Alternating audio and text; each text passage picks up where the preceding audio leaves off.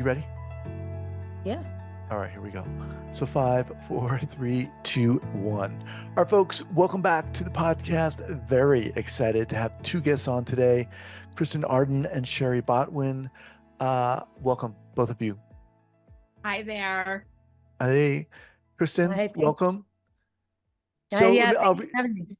I'll read your bios and then we'll jump in here. So Kristin is a lead clinician at Mindbloom and is a board certified psychiatric nurse practitioner with over 15 years experience working in mental health. Her work has been instrumental in the development of Mindbloom's treatment methodologies. In addition to work at Mindbloom, she was guest lectured at NYU on topics such as psychedelic therapy and substance use disorders, and practices addiction medicine from a harm reduction mindset with individuals in the justice system.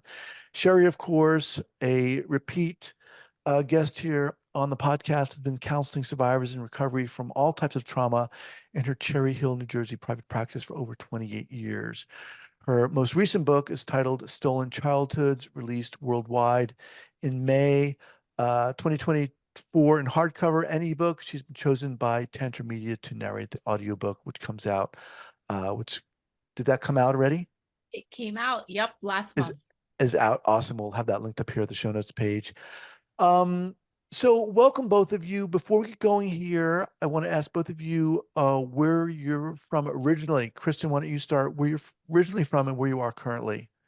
Yeah, so I'm originally from Los Angeles, and that's where I started my mental health career in the state hospital system here in California. And that's actually where Circle of Life took me back to Los Angeles. So that's where I'm at currently. All right, awesome. How about you, Shari? I am in the very hot and muggy and disgusting outside of Philadelphia. So I'm on the opposite side of the country as Kristin. All right, awesome. So really fascinating here. We've got Mindbloom, we've got both of you and how you've come together. Let's start with Mindbloom, what it is. Kristin, I'll ask you to talk a little bit about that. And then we're going to talk about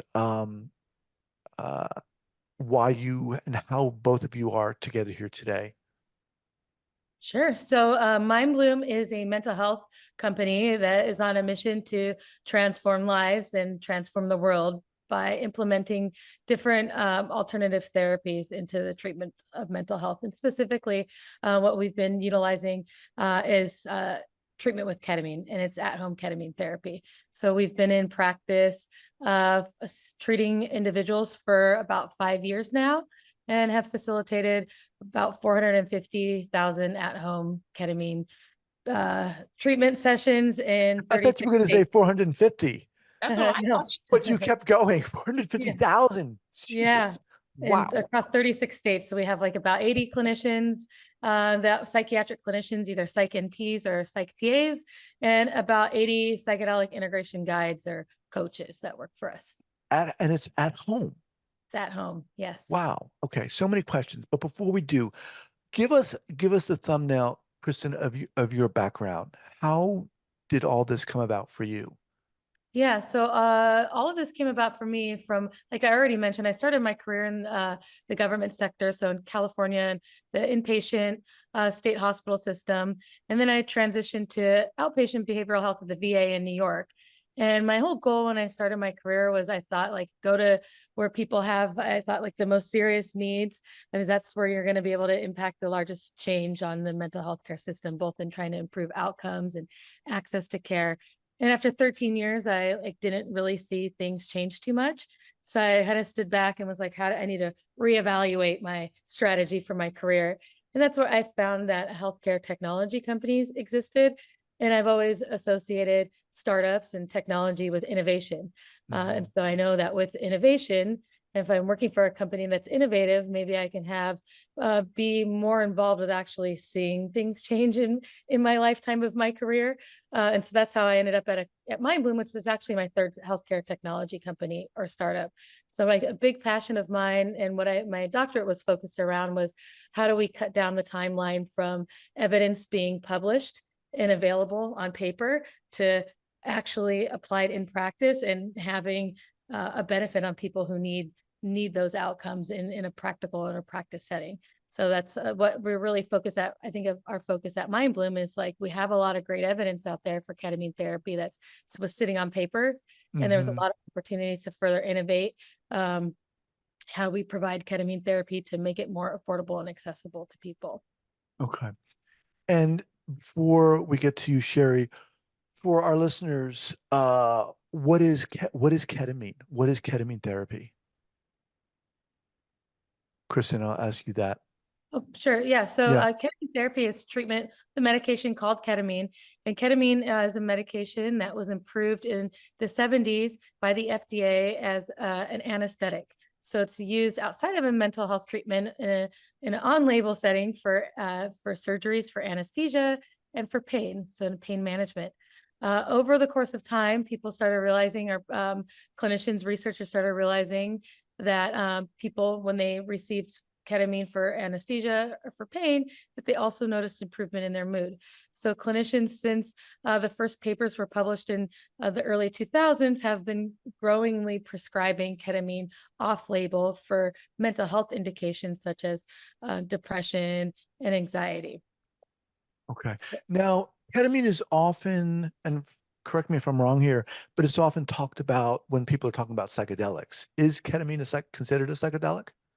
I think there's a debate around that. I consider ketamine a psychedelic because it produces psychedelic properties. It people experience like a mystical state of consciousness, they visuals, will hear things different. I always describe it as like your five senses are affected by the ketamine. So it's just like however you interpret things through your five senses will be altered or can be altered. But some people would classify ketamine as a dissociative substance and not a psychedelic. Okay. Shari, now, where do you fit in here? So I'm brand new to Mindbloom. I jumped on board a few months ago.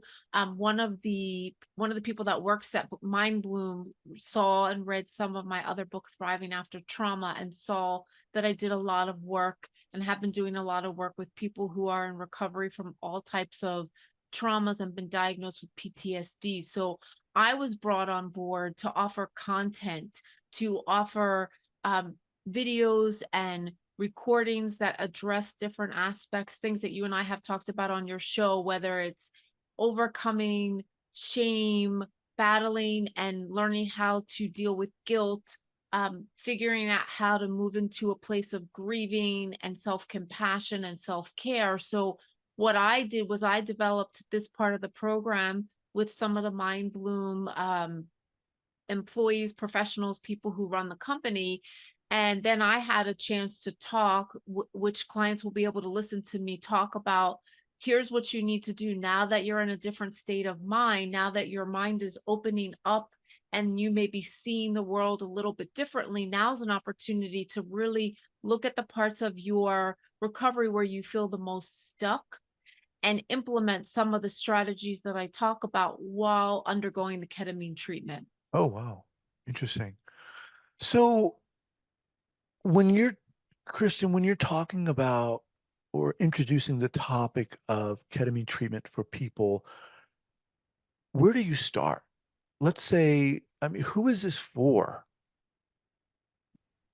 Yeah, so I think when we start, how we start at Mindbloom is through an evaluation with our clinician. So that's like people go through a screening process, like a candidate survey, kind of like an initial screen out process first, and then they schedule a full psychiatric evaluation with the clinician that's anywhere from 45 minutes to an hour long. That's typically where our clients start in this process, but kind of understanding, like even before we get there, like what kind of person, or if I'm a person considering this, like when would I even consider filling out this survey to see if I might be a good candidate.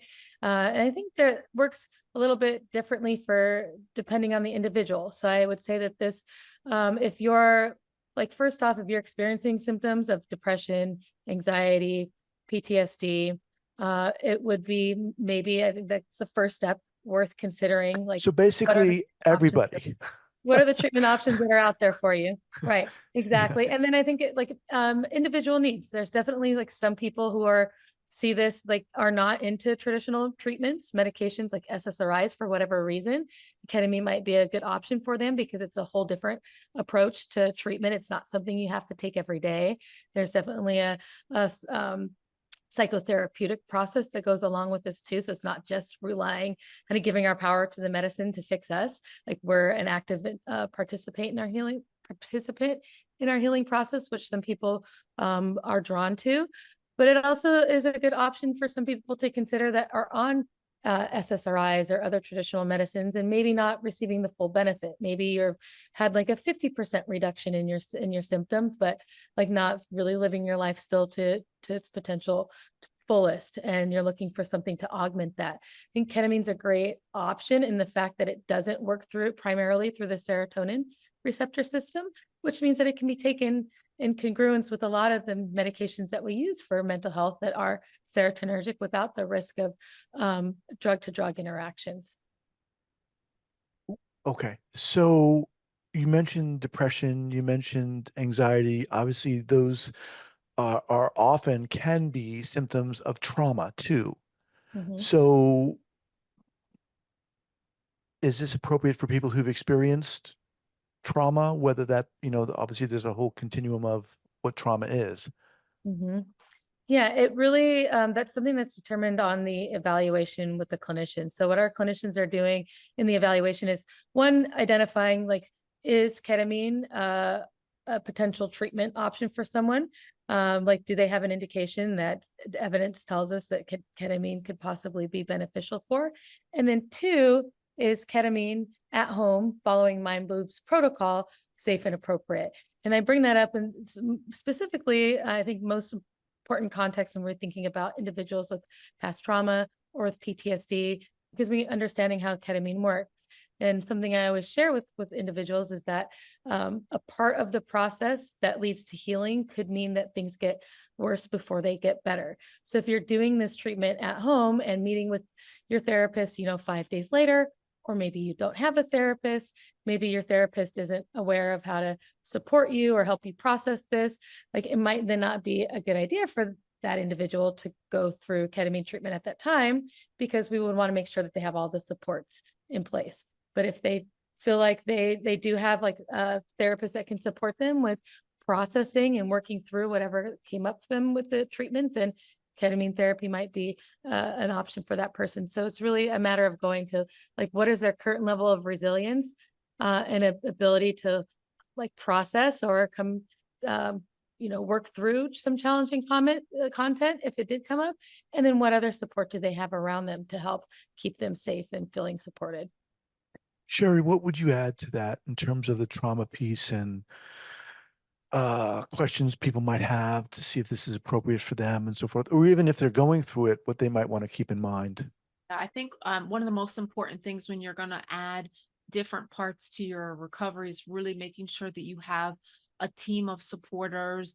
And like Kristin is saying, to be able to talk with a therapist who understands the use of psychedelics, or if you're a therapist that doesn't really have that type of training or background, to consult with somebody, whether it's at Mindbloom or in their own therapy network, to understand more about what would the role of psychedelics be and how would you implement that, especially if when you start using the ketamine, you do notice that things are starting to feel even more raw and vulnerable. One of the things I think is very important and that I value about Mindbloom is that there is attention and focus on one's safety. And as we all know, people who are battling with PTSD often struggle with different types of self-harm or eating disorders or substance misuse disorders. So to really be clear that when someone is considering using this type of treatment, that it does happen when that person has a lot of support and also is in a place in one's life where if things do start to feel like they're unraveling, to know that they will not be by themselves in that process. All right. So let's, if we can, Kristin, here, get specific. Obviously, everyone's different, every case is different, but walk us through a scenario of what this would look like. Say someone's listening to this, they have some anxiety, maybe they've experienced some trauma. They want to go through with this. They're on board. What do they do? Walk us through what happens. Yeah, so step by step. So first thing you do is you go to the Mindbloom website and you fill out the initial candidate survey. If you get past those initial screenings, that initial screening criteria, then you're going to fill out a health history, like you're kind of like a history or intake form. Then you're going to book an initial consultation with a psychiatric clinician where they're going to do review how you're feeling today, your psychiatric history, your medical history, your family history, and they're going to make a determination with you based on that information on is Mindbloom a good fit or not. If so, they're going to provide you with a lot of education about the program so that you can be informed of what to expect next and all the safety information. And then they will order your medication. So you yourself would then book your first treatment. So you're doing your first treatment on Zoom with a guide. So the first appointment is 2.5 hours where you're on Zoom for the first 30 minutes and on Zoom for the last 30 minutes with the guide, doing a preparation session where you're talking about your intentions. You're going through all the steps on how to take the medication. The guide's helping you take your blood pressure and your heart rate, and we're making sure nothing's changed physically. So it's a safety check and like making sure, helping you get in the right mindset to do the session. You're signing off, you take the medicine. The medicine is a tablet form and it's sublingual. So you hold it like under your tongue or kind of in the space between your cheek, your gum and your cheek. You hold it for 7 minutes, you spit it out, and then you lay down, you have headphones on, an eye mask on, and you're generally listening to like the first 7 minutes is like a spoken word or like content to help you kind of ease into the experience and prepare your mindset. And then it goes into a music soundtrack.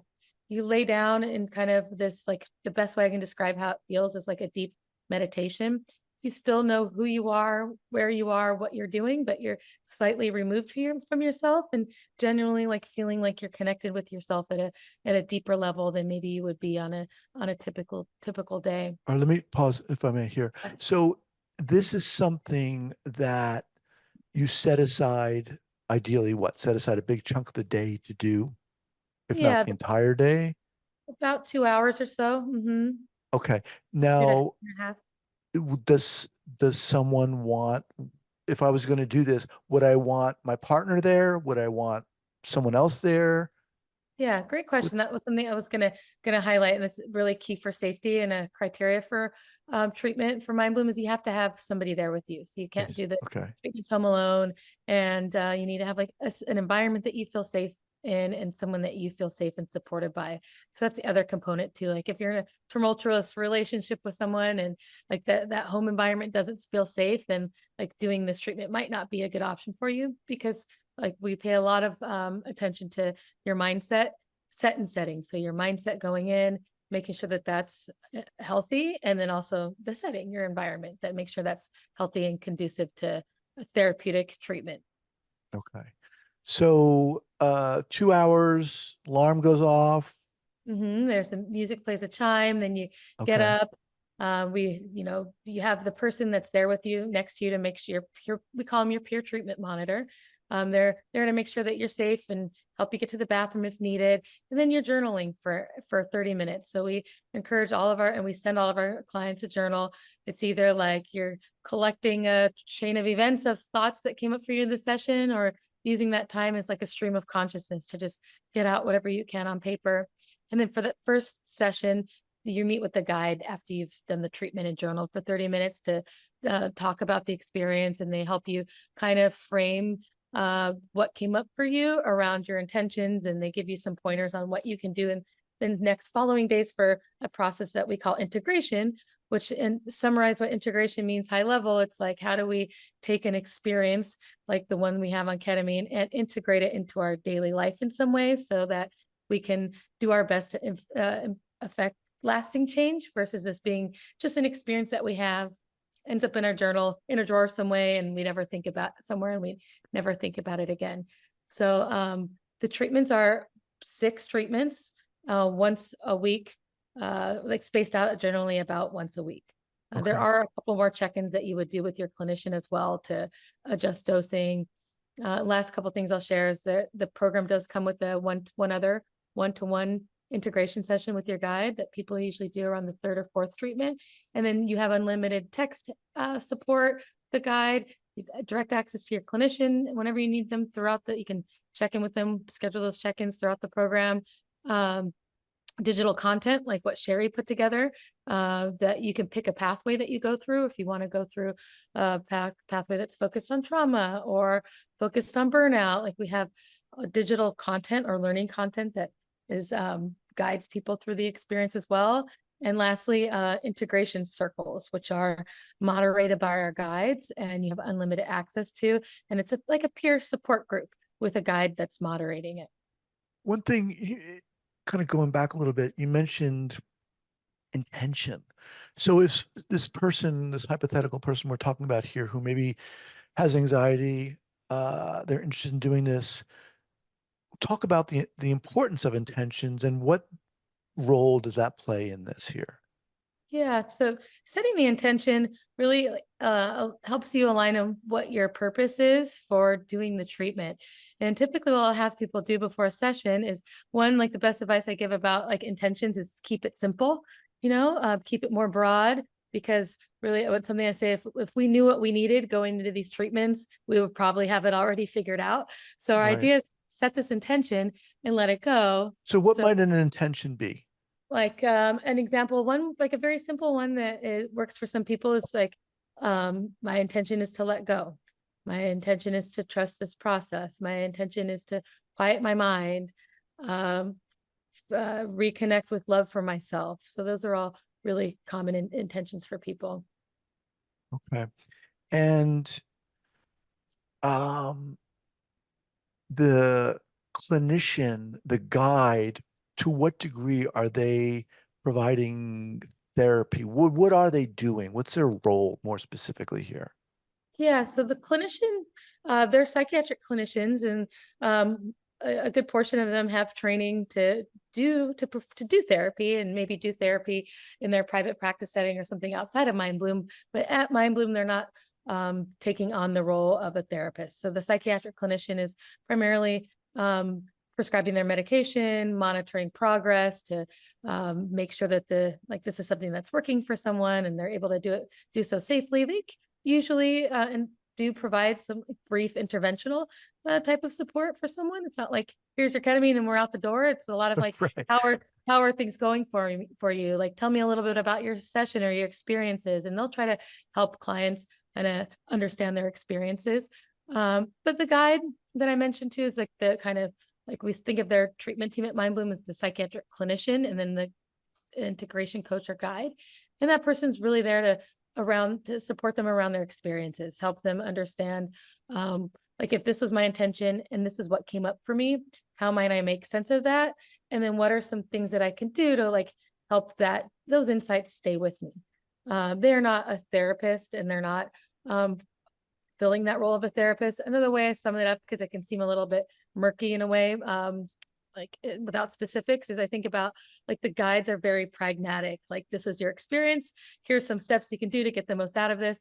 And they're not going to the history. They're not going to digging into the deeper parts of it and trying to understand the why and the context and framing, the bigger picture kind of root of what someone's experiencing, but more so like pragmatic. This was your experience. Here's some things that you can do to integrate and create lasting change based on that.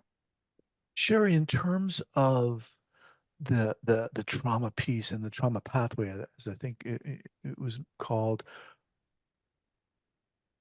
fill in some gaps here for us. If someone was kind of wanted to pursue an intention around healing, quote unquote, healing from trauma, what would you add here? What I would say to people is, as you're undergoing the ketamine and you're journaling and you're really processing, this is the opportunity when you want to go to your therapist, the person that you're doing the work with, the person that you're telling your story to, that knows your history, and take that ability to process maybe more openly or with a little bit less emotional pain, to be able to then go into your therapist's office. And again, not just one time, but each time, and begin to explore the parts of your trauma that you've been stuck in, or that you feel Mhm. like you suffer the most from. Like, for example, when we did the content, we focused a lot on shame, feeling worthless, feeling inadequate, feeling like this world would be better off without me. So what I would say to somebody undergoing the ketamine is, if you want your intention to focus on letting go of shame, what you would want to do is utilize the ketamine and then come and journal about what are you wanting to let go of, and what do you imagine would be on the other side. If you let go of shame, what other feelings would you be having? Journaling about that, and then going into your therapy session the next day, whenever you're going to therapy, and actually really have a conversation with your therapist so that you can begin to develop different strategies to really not just say, I want to let go of the shame, but what are we going to do to help you to actually do that?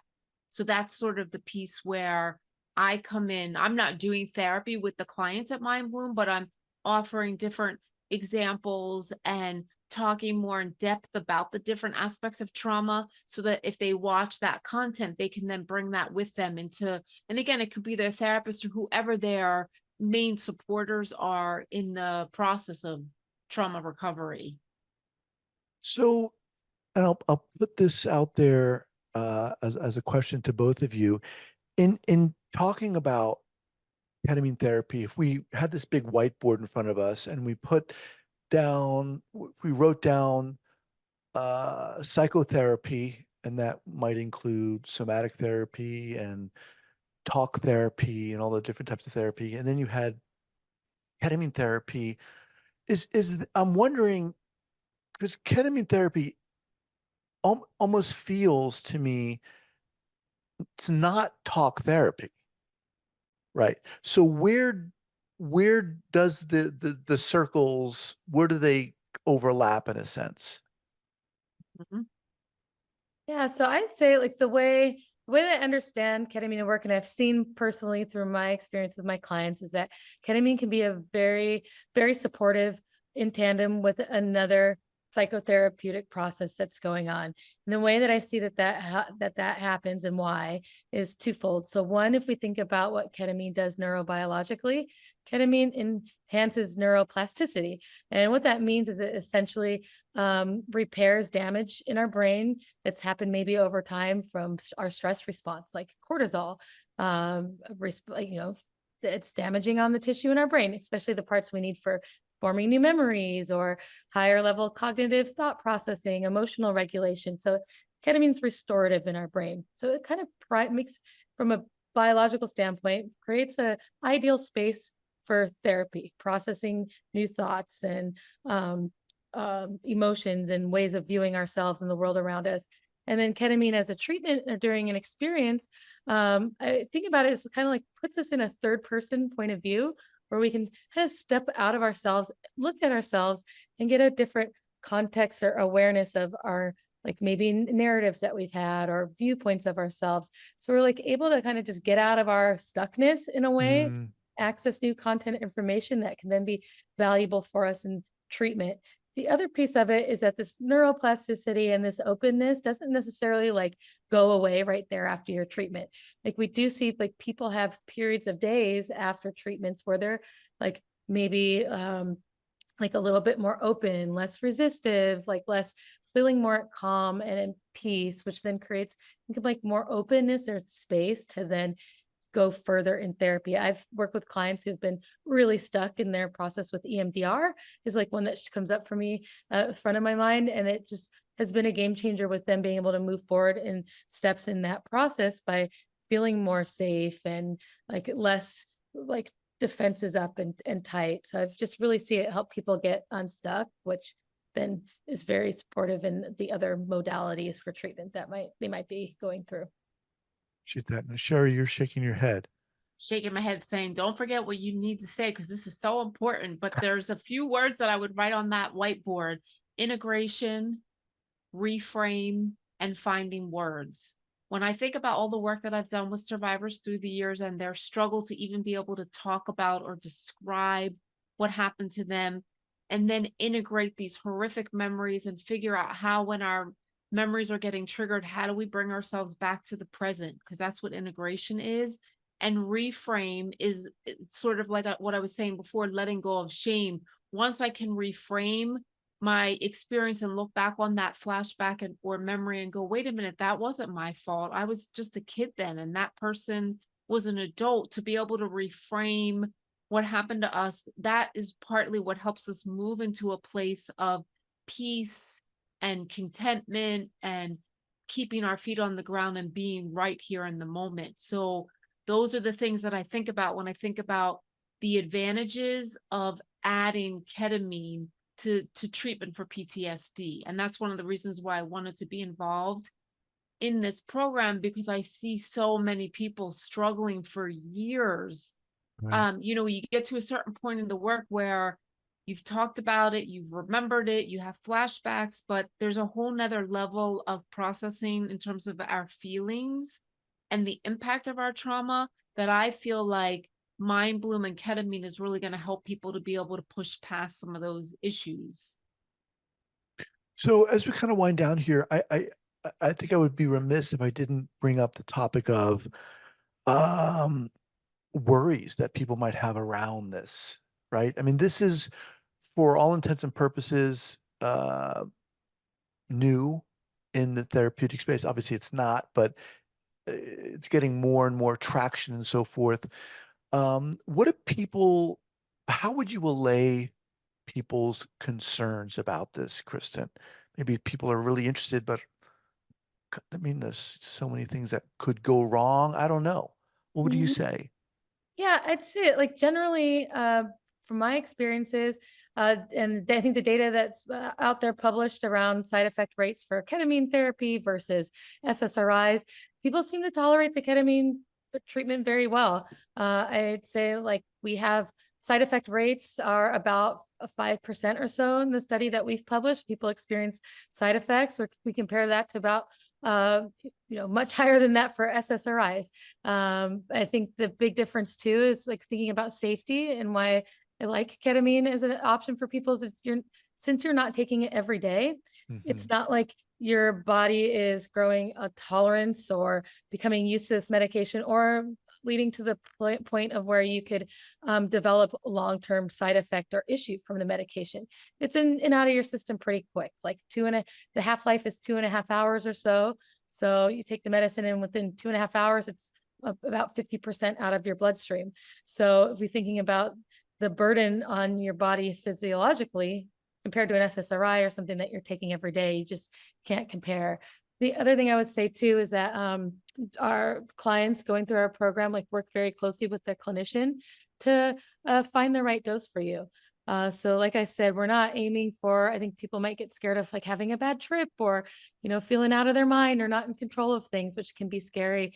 Like that's not what we're aiming for with dosing. We want our doses are, I wouldn't say mild, but the goal isn't for it to be mild, but for you to still be conscious and aware, so you can remember the experience and have things to journal about and feel safe. So I think that's another big component of it, is that like you have a lot of guidance and support to make sure that you're started at the right dose, and your dose is adjusted appropriately to create safety, especially with you being at home doing the treatments. Awesome. All right. Again, speaking with Dr. Kristin Arden and Shari Botwin, Mindbloom.